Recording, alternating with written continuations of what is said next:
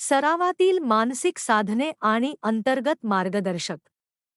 अतींद्रिय ज्ञान चा सराव जसजसा पुढे जातो तसतसे तो अधिक सखोल आणि आश्चर्यकारक बनत जातो.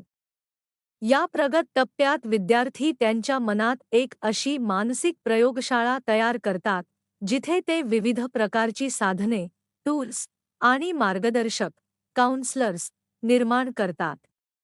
ही प्रक्रिया त्यांच्या कल्पनाशक्तीची आणि अंतर्गत शक्तीची खरी कसोटी असते. या प्रयोगशाळेमध्ये विद्यार्थी विविध प्रकारची प्रतिकात्मक साधने तयार करतात.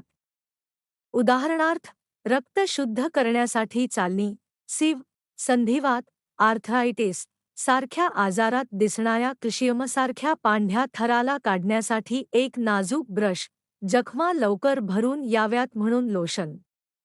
तसेच मनातील दोष किंवा अपराधभाव, गिल्ट, दूर करण्यासाठी विशेष उपचार. काहीजण शांतता मिळवण्यासाठी खास संगीत वाजवणारे उपकरणही तयार करतात. या सर्व साधनांची खास गोष्ट म्हणजे ती प्रत्येक व्यक्तीच्या मनातून तयार होतात. त्यामुळे प्रत्येकाची साधने वेगळी आणि अनोखी असतात. ही साधने कल्पनाशक्तीच्या खोल स्तरातून येतात, जिथे सर्व काही शक्य आहे. अनेक वेळा विद्यार्थी अनुभवतात की या मानसिक साधनांचा प्रभाव त्यांच्या वास्तविक जीवनावरही पडतो. या प्रक्रियेदरम्यान विद्यार्थ्यांना कधी-कधी मार्गदर्शनाची गरज भासते.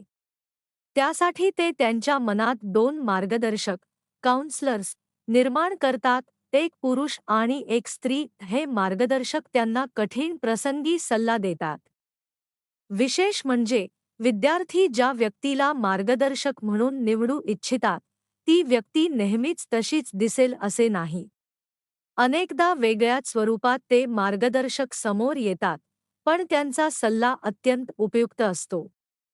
उदाहरणार्थ, एका विद्यार्थ्याला प्रसिद्ध शास्त्रज्ञ अल्बर्ट आइन्स्टाईन यांना भेटण्याची अपेक्षा होती, पण त्याऐवजी त्याला एक विनोदी, वेगळ्या रूपातील माणूस दिसला.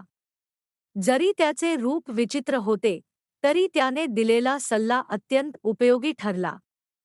तसेच, एका विद्यार्थ्याला त्याच्या प्रयोगशाळेत विल्यम शेक्सपियर यांच्यासारखा दिसणारा मार्गदर्शक भेटला.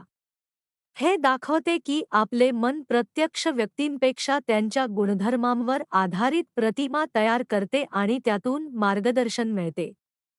या संपूर्ण प्रक्रियेमुळे एक महत्त्वाची गोष्ट समोर येते: आपले अंतर्मन हे अत्यंत शक्तिशाली आहे आणि ते आपल्याला योग्य मार्गदर्शन देऊ शकते.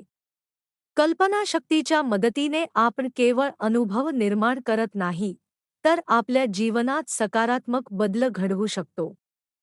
शेवटी, हा प्रगत सराव आपल्याला शिकवतो की आपल्यामध्येच एक अंतर्गत गुरु, इन्नर गाईड, आहे.